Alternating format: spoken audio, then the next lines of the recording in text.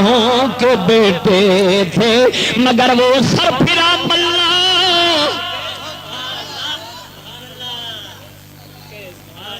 حضرت یہ ابہام دور نہیں ہو رہا یہ ابہام دور نہیں ہو رہا پتہ نہیں اس مبہم سے کون سا مراد ہے ان کا مگر وہ سرفراز ملا تنہا تھا اکیلا تھا ادھر موجوں کی شدت تھی ادھر پانی کا ریلا تھا وہ چلاتا تھا اٹھو بھائیو آؤ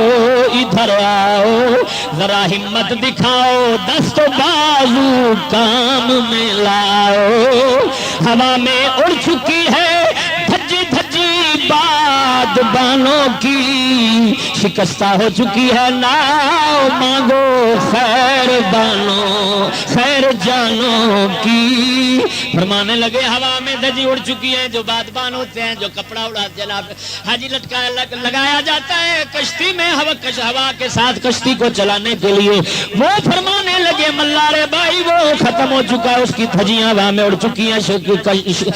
کشتی شکستہ ہو چکی ہے اب اپنی جانوں کی خیر مناؤ کھڑ جائیں گے تختے آؤ ان کو تھام لو آ کر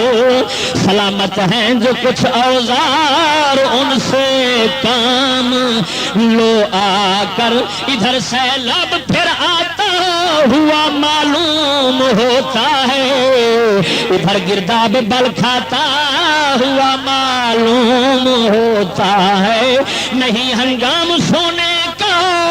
کھڑے ہو جاؤ تن جاؤ حوادث کے مقابل آہنی دیوار بن جاؤ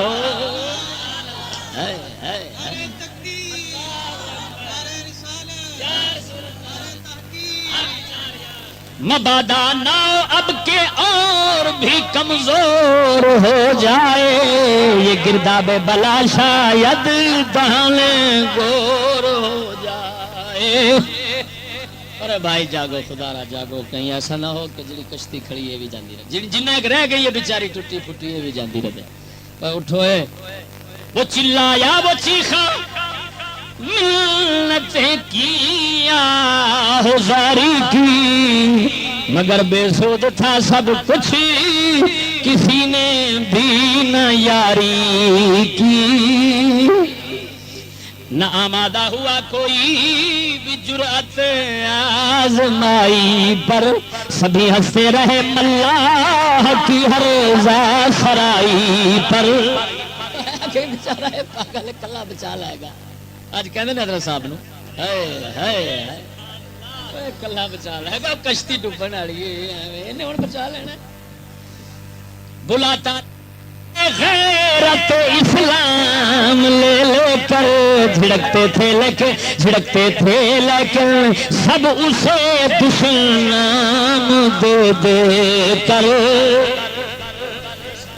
غیرت اسلام کا نام لے کر اٹھاتا تھا وہ اٹھو ہے جاگو ہے لیکن جو ملون تھے آگے سننے والے وہ کیا کرتے تھے بے وقوف توجہ بھائی وہ کیا کہتے تھے وہ گالیاں دے کر کہتے تھے یہ پاگل پتہ نہیں کہاں سے آ گیا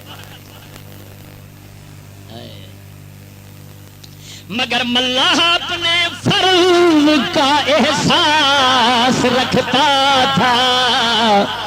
وہ اپنے ساتھیوں کی آبرو کا پاس رکھتا تھا اسی نے جسم پر کھائے تھپیڑے تند موجوں کے اسی کے ساتھ ٹکرائے ہوائے تیز کے جھونکے وہ اپنی جان پر سہتا رہا تنہا اٹھو ہمت کرو کہتا رہا تنہا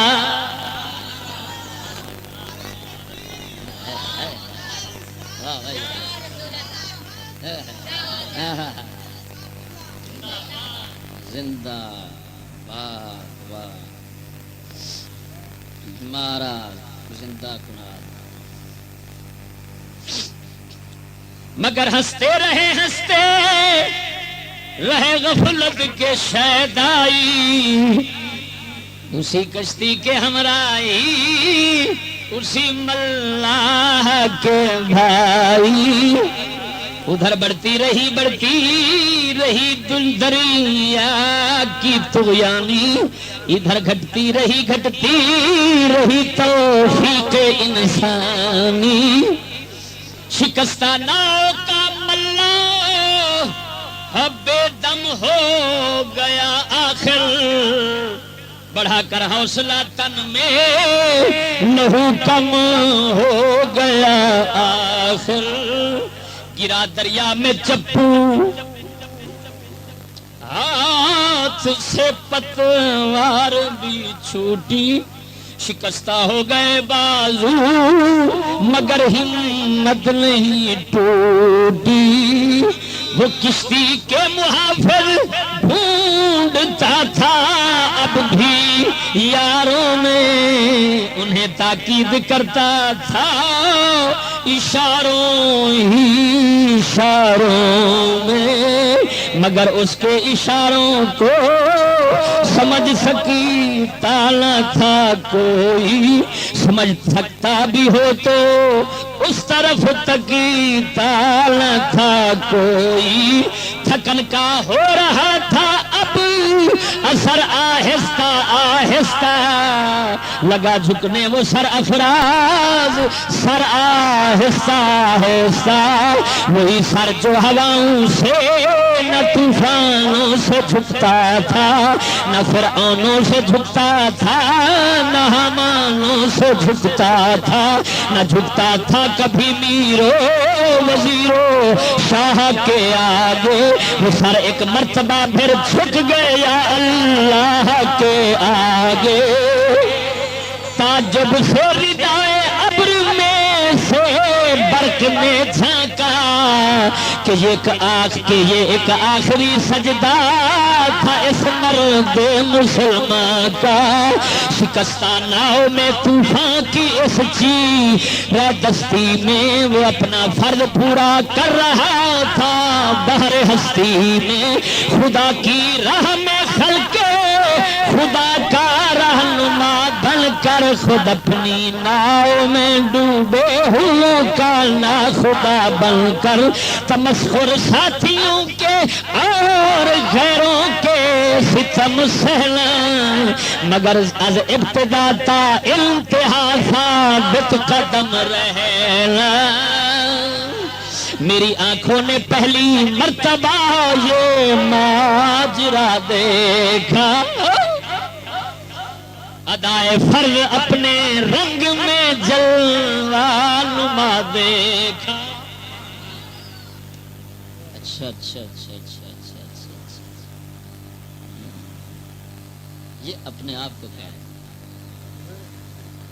یہ اپنے آپ کو ادائے فرض اپنے رنگ میں جلوہ نما دیکھا، ملا آپ نو کہہ رہے ہیں کہ یار اس لیے میں کلا کڑپدا سا، وہ چھڈو سکول نو، چھڈو کفر نو، چھڈو لان، تے آخر میں تھک ہار کے میں سجدے اور رب دی بارگاہ چ آخری کیتا، مولا ہن تو ہی مدد کرے نہ مسلماناں دی، یہ کسے دی سنن والے نہیں تے نہ کسے تو بچن والے، یہ اپنی بات توجہ بھائی، ہائے ہائے ہائے ہائے، اندھیری رات تھی اندھیر برپا تھا سفینے میں، مگر ایک روشنی سی میں نے پائی اپنے سینے میں،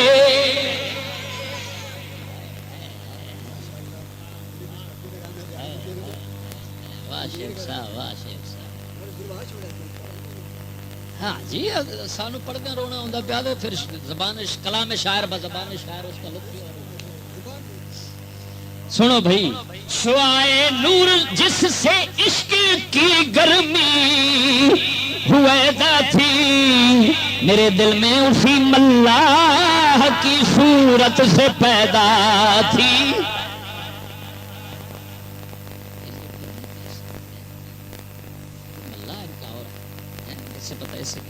میرے دل میں اسی ملاح کی، یعنی میرے اندر جو عشق گرمی اور تڑپ اٹھی تھی دین کی، یہ اس ملاح، اس کا مطلب ہے کوئی صوفی ہے، کوئی فقیر درویش ہے جس نے اس پر نظر ڈالی اور جس نے بہت جناب کوشش کی مسلمانوں کو بچانے کی، ہے جی، لیکن تھک کر آخر خدا کی بارگاہ میں سجدہ ریز ہو گئے اور عرض کی یا اللہ تو ہی کرم کر، ہیں اب یہ خدا ہی جانے حضرت یہ کس کا نام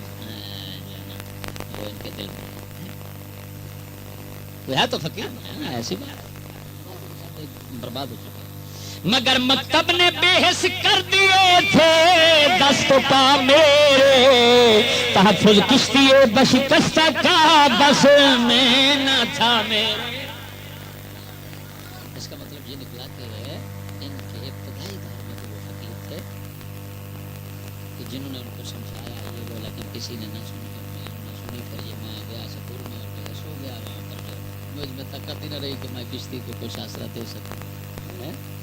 زباں قابو میں تھی ایک داستاں یاد آ گئی مجھ کو، باقی تو میں بے حس ہو گیا، لیکن ایک زبان باقی تھی اور وہ قصہ آپ کو اپنے کو سنا رہا ہوں۔ زباں قابو میں تھی ایک داستاں یاد آ گئی مجھ کو، سنی تھی صحن مسجد میں یہاں یاد آ گئی مجھ کو۔ مسجد کدی قصہ سنیا سی، زبان قابو ہے سی، وہ میں آج سنا دیا کہ تاں پھر سارا مار کے بدر تے پھر اگے لکھیا ہے وہی تاریخ جس کو صدق کا آئینہ کہتے ہیں، نئی تہذیب کے بندے جسے پارینہ کہتے ہیں۔ وہی قصے ہمیں میرے استاد صاحب محترم مجھے صحابہ کرام کے جہاد کے قصے سنایا کرتے تھے، جن کو یہ لانتی آج کے نئی تہذیب والے پرانے قصے کہتے ہیں۔ فرمایا وہ یاد آ گئی کہانی اور میں نشانہ میں خدا کے نام سے خادی بختوں کے جگانے کو، ہوا میں لب کشا افسانہ ماضی سنانے کو، وہ پرانا قصہ سنانے کے لیے کتاب لکھ رہا ہوں۔ کیوں لکھ رہا ہوں؟ تاکہ ہو سکتا ہے کسی کا نصیب وہ پرانے قصے صحابہ کے سن کر جاگ جائے۔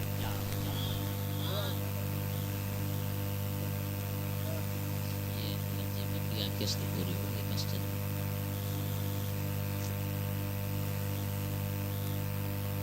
ایک سوا لکھ ہویا